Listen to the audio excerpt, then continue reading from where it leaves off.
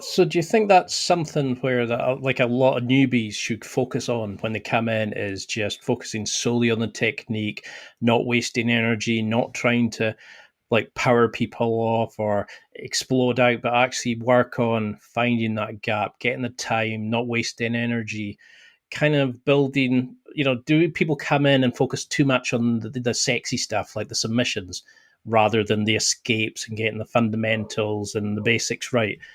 Where do you see people going wrong when they start jiu-jitsu or return to it? First is ego. First is people's ego. Like men, we have a lot of ego. We hate to Mhm. lose. So I think for a man to accept defeat to another man is very hard. So you're going to use as much power as you can not to lose to the other person. Like a kid has no ego. Like you watch a kids class, you watch two kids training. They will accept being under pressure, being in a bad position, and still be very relaxed. Kids, they don't care. They can get swept, they can get mounted, they roll around one place to the other, and they do all that being very relaxed.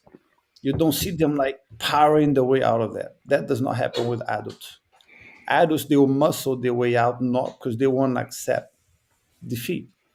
They won't accept being defeated by another man because of the ego. Like I can't Mhm. be defeated, to that person. So I'm going to try to muscle my way out of that.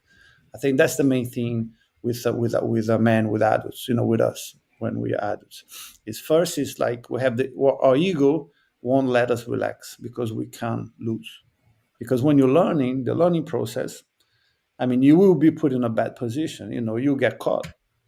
So if you leave the ego on the side, you will not going to try to muscle your way out of that. So in that process, if you don't do that, you'll be developing your technique because you will try not to get caught, but not maximize, using all your as much power as you can. So people with a lot of ego, they take much longer to learn because they will try to rely on power as much as they can. That's why smaller people, they will always much more technical than big guys because big guys, they're just going to try to overstrength everybody because they're big. They're not going to be relaxed. They're not going to accept being beat up by someone half their size. The small guy, he has no choice.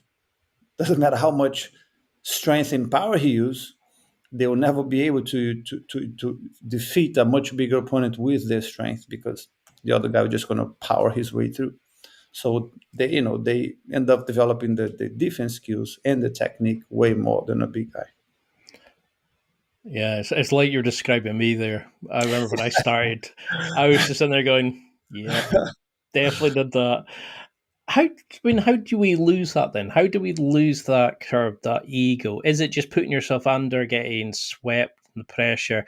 Because I think was it Helio that mentioned about using jujitsu as a sort of life philosophy.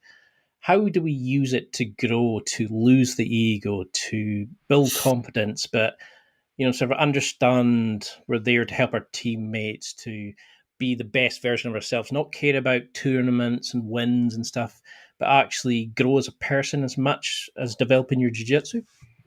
Yeah, I think that comes with practice for sure because eventually you will see that the repetition of the training, you will tell you that muscling in your way is not always going to help because it might help with training someone your level, your size, or somebody smaller. But the moment that you like when a beginner, when you're white belt, let's say you just train with white belts. But the moment that let's say you get your first color belt, which is the blue belt, and now you have enough skills to train with purple belts, right? The white belt's not really going to train with purple belt, but the blue belt will. So when you get to train with someone much higher, a lot more skilled than you, doesn't matter how much strength you'll use, he's still going to catch you. But you will see his example that he's not stiff. So you will see it, firsthand that power is not you're not going to help you much. So for you to become good, you have to become skillful. That's when you start relaxing more and more because you will see that power only going to get you up to a point. It's not going to you will create a barrier. because you're not going to beat someone much better than you with power. You will still lose. And the technique, and first you get too tired, right? People that use a lot of energy and a lot of muscles, they get tired very quickly.